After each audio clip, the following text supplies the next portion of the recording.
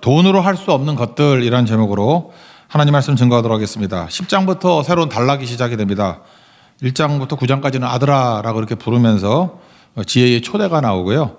그다음 마지막 30장과 31장 또 뒤에 두 장은 다시 아들아 그러면서 아굴의 잠언 또는 르우의 왕을 훈계하는 잠언 두 장이 또 이렇게 포함이 됩니다.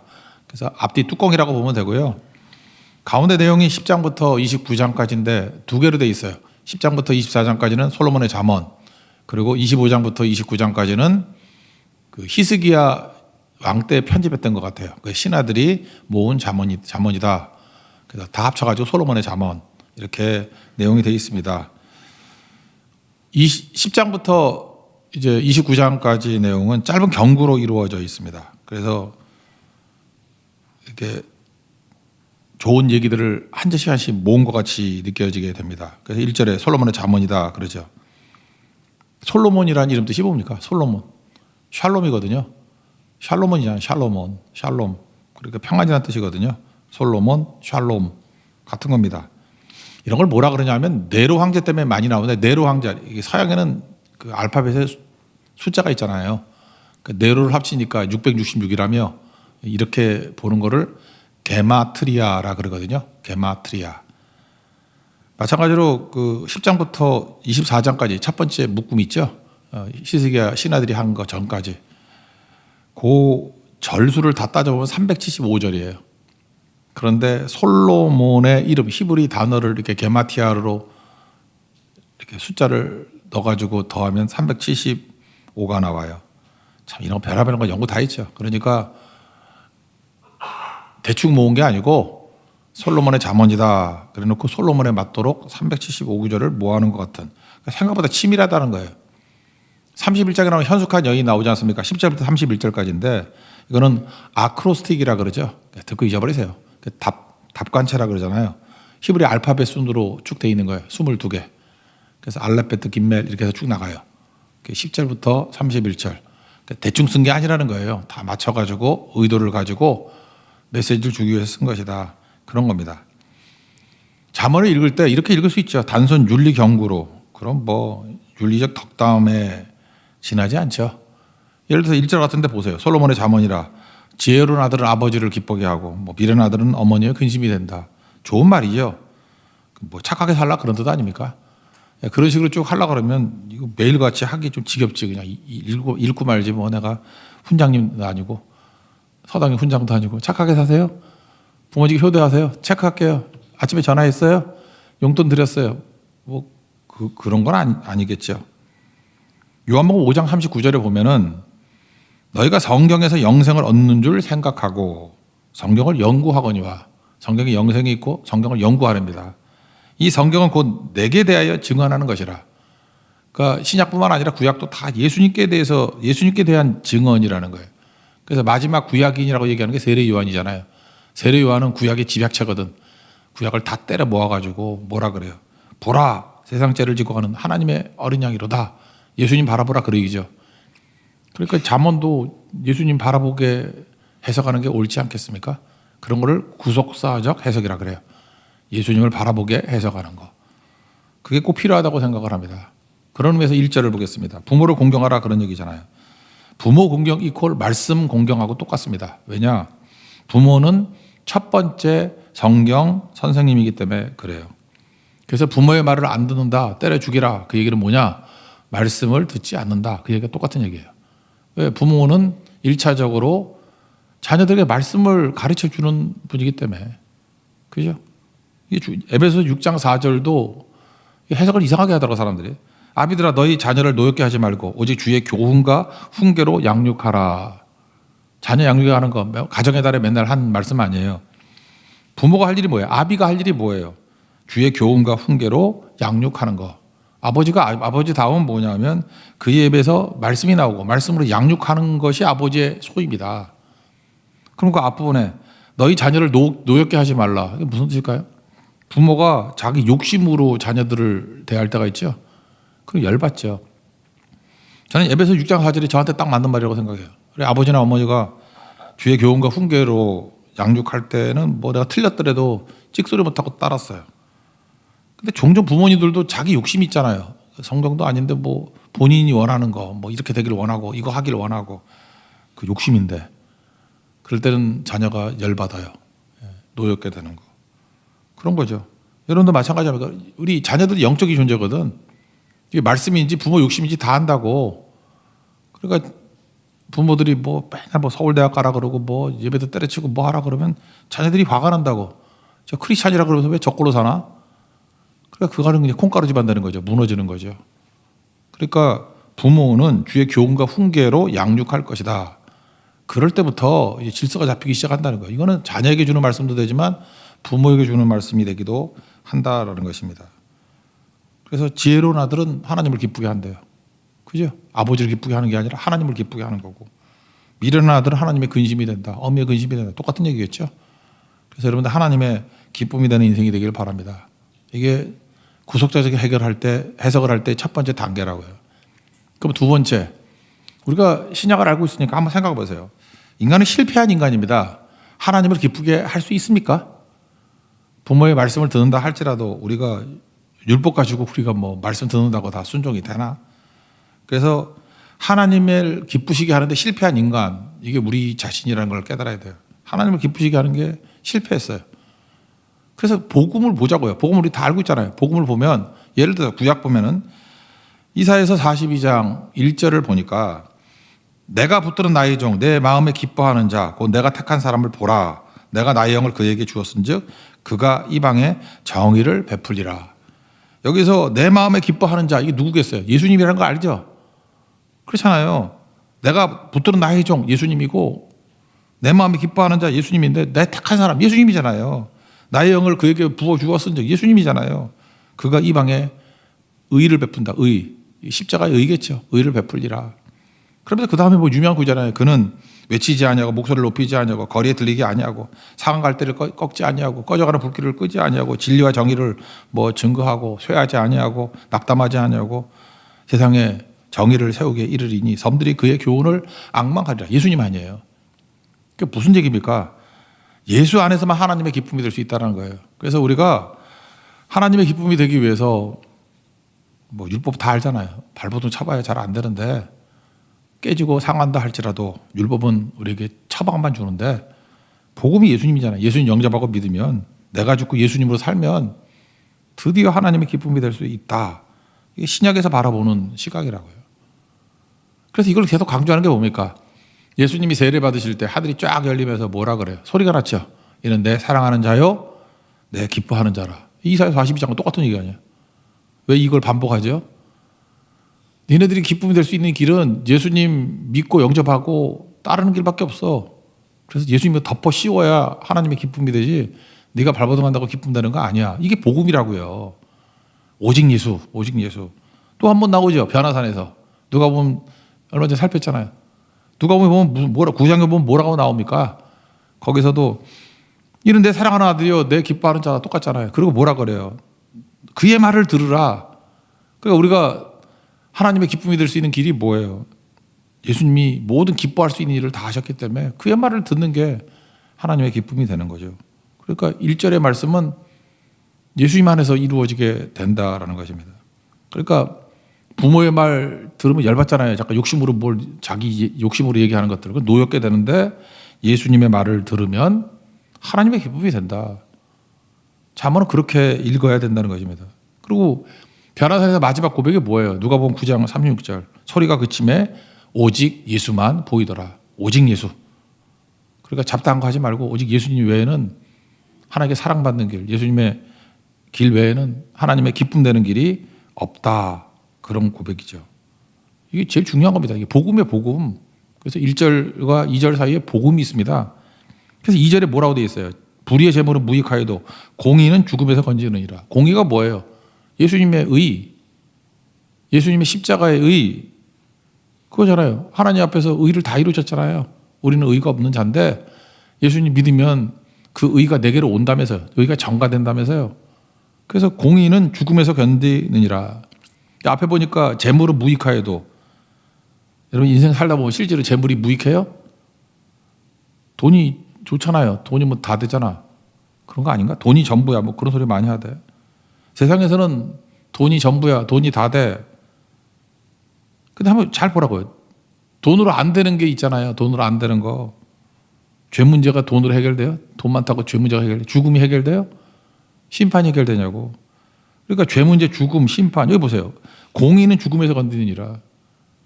예수님의 십자가의 의로 생각한다 그러면 그것만이 우리를 죽음에서, 죄에서, 심판에서 건지게 된다.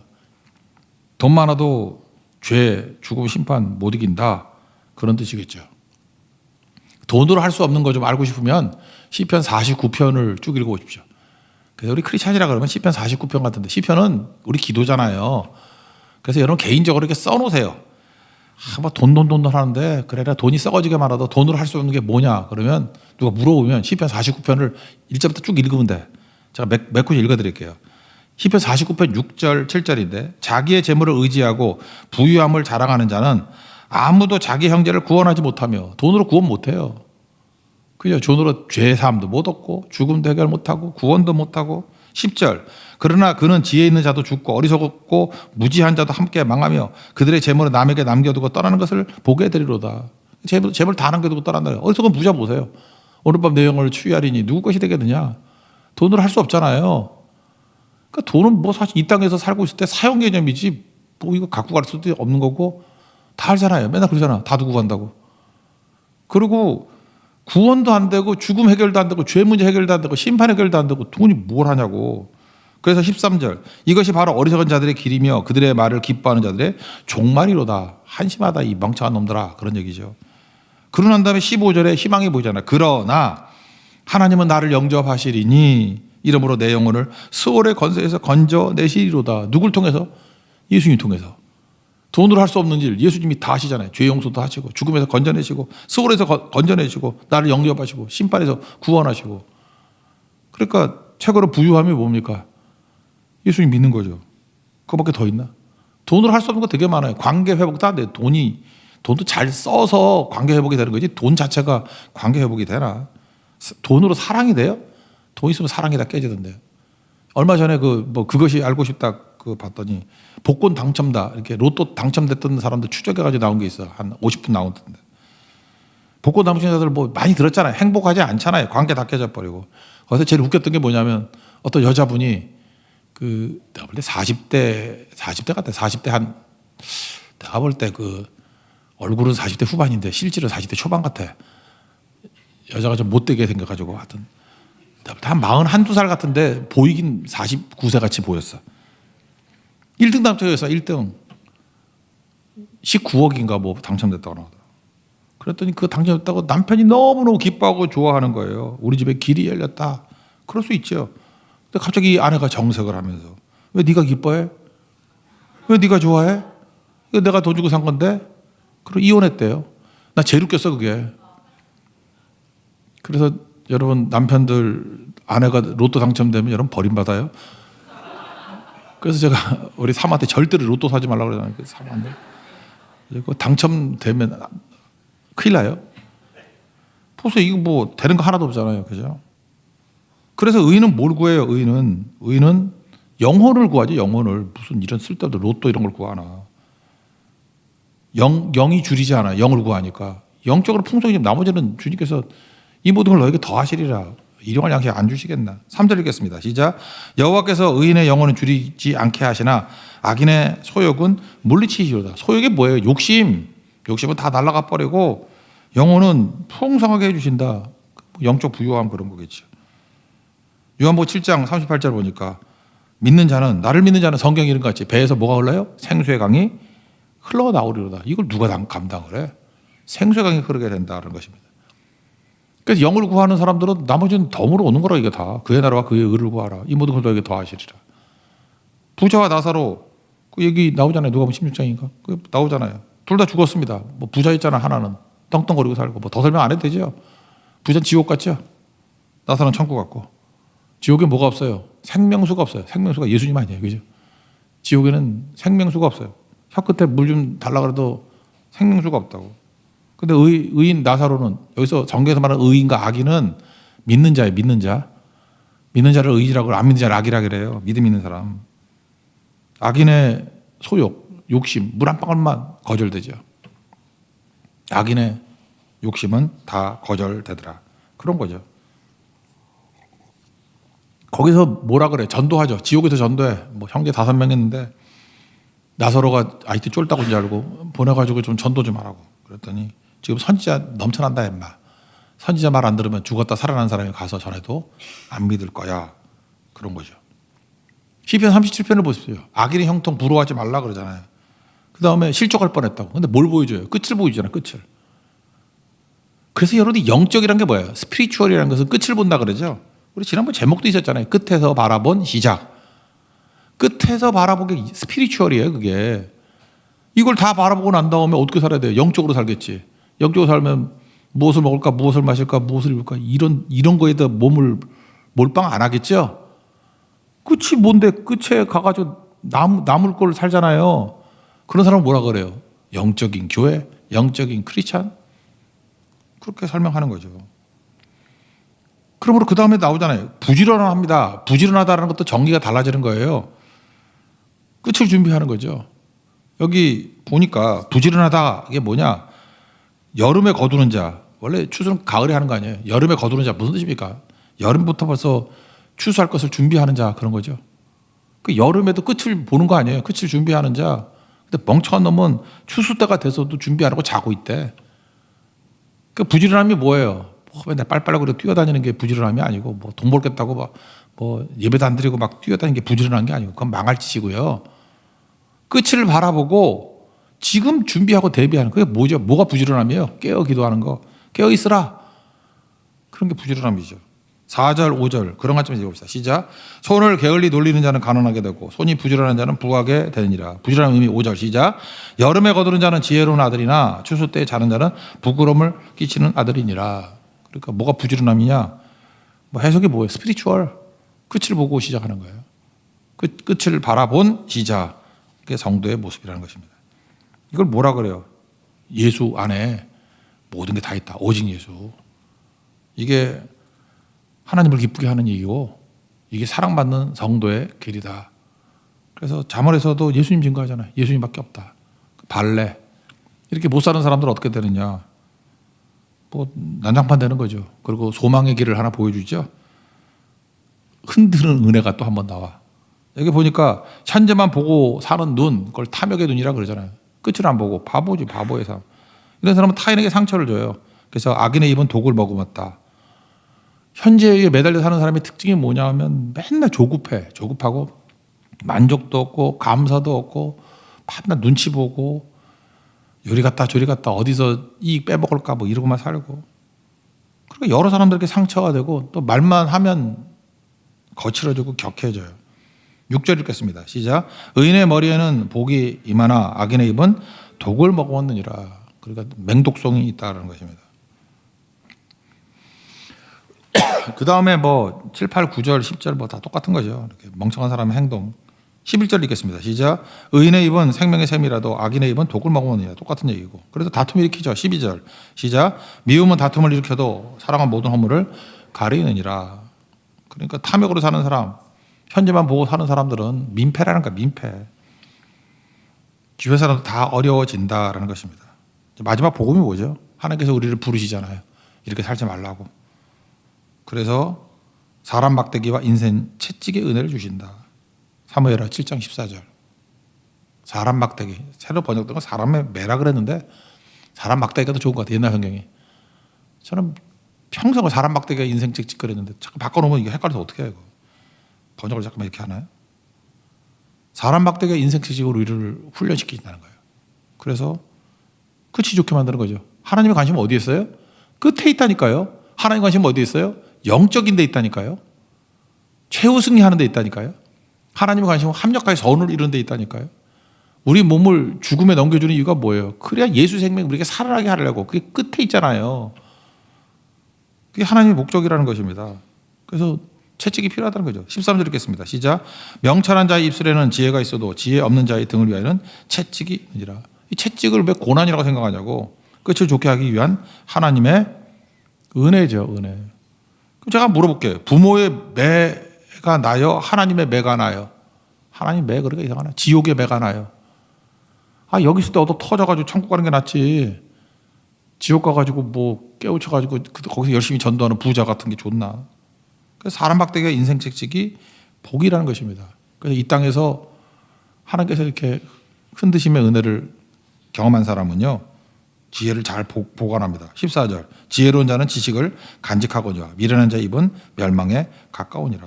간직한다는 게 뭐예요? 좋은 것이 머무른다는 거죠. 히브리서 12장에서 살폈잖아요. 흔드심의 은혜, 우리를 진동시킨다고. 값싼 은혜가 아니라니까. 하나님께서 우리에게 은혜를 주시면 뭐 죄짓고 용서받고 죄짓고 용서받고 죄짓고 용서받고.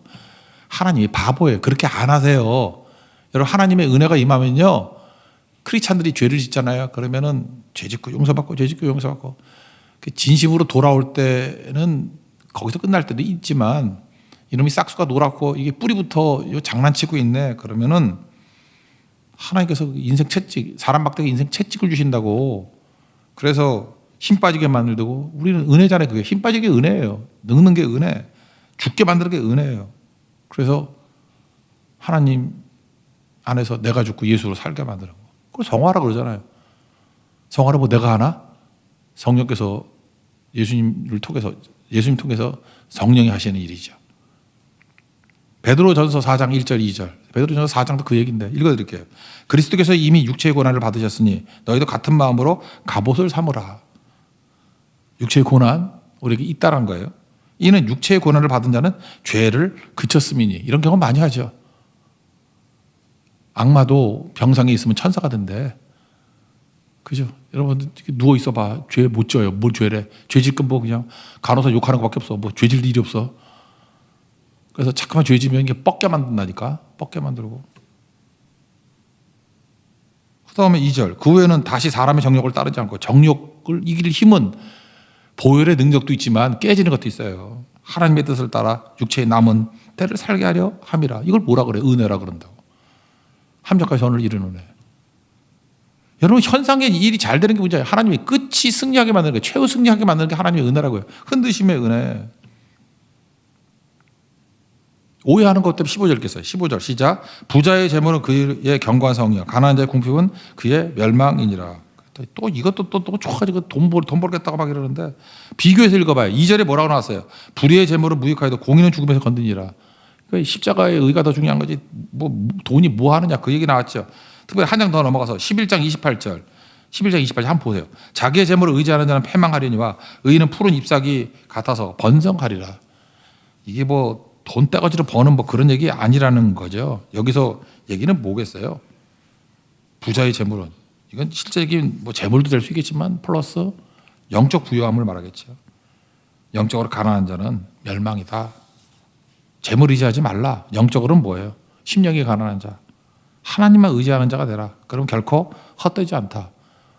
그렇게 해석을 해야지 16절하고 연결이 되죠. 16절 읽겠습니다. 시작. 의인의 수고는 생명에 이르고 악인의 소득은 죄에 이르니라. 그러니까 믿는 자의 수고는 생명에 이르고, 무슨 일을 하든지 간에 악인의 소득은 죄에 이르니라. 망한다. 그런 얘기죠. 이런 걸 예수님 중심으로 성경을 보는 구속사적인 성경 해석입니다. 이렇게 봐야겠죠. 그죠?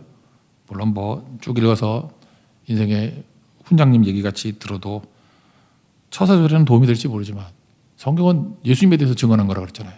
예수님으로 봐야 제대로 보고 깊이 있게 보고, 그래서 왜 복음서에서 자본이 인용이 되는지를 알게 되는 거예요. 한번도 이게 액면 그대로 유교식의 입신양명 이런 식으로 인용된 적이 없어요. 예수 안에서 말씀을 보고 해석할 때 일어서게 된다는 것입니다. 정리하면 부모님 공경하라, 말씀 공경하라 똑같아요. 부모들이 할 일이 뭐예요? 말씀 증거하는 1차 책임입니다. 그거 안 하면 자녀들이 노여워합니다. 왜? 욕심을 전해요. 말씀을 전해야지. 부모 책임입니다. 아무리 잘해도 우리는 실패해요. 그래서 하나님의 은혜가 필요한 거예요. 예수의 은혜가 필요한 거예요. 그래서 하나님의 기쁨과 하나님의 사랑받는 길이 뭐냐 하면 오직 예수 안에 다 있습니다. 나는 죄인입니다. 나는 실패자입니다. 나는 파산자입니다. 예수님 영접하고 믿습니다. NIBC, 나는 죽고 예수 안에 살기를 원합니다. 그럴 때 주님의 기쁨이 될 수 있다는 거예요. 기쁨이 되면 어떻게 되겠죠? 타인에게 상처도 안 주고 갈등 야기도 안 하고, 그 다음에 우리 인생이 사람 막대기와 인생 책찍으로 큰 드심의 은혜를 받아서 나는 무력해지고 약해지는 같이 보이는데 이상하게 나를 통해서 열매는 30배, 60배, 100배 그리고 어마어마한 영향력, 영혼들을 살리고 그리고 많은 사람들에게 희망이 되는 인생이 된다는 거예요. 그걸 뭐라 그래요? 리얼 크리스찬 그렇게 얘기한다고요. 참된 교회와 참된 크리스찬 되는 은혜의 역사가 있기를 축원합니다. 자리에 일어나겠습니다. 모든 민족과 방언들 가운데 찬양하겠습니다.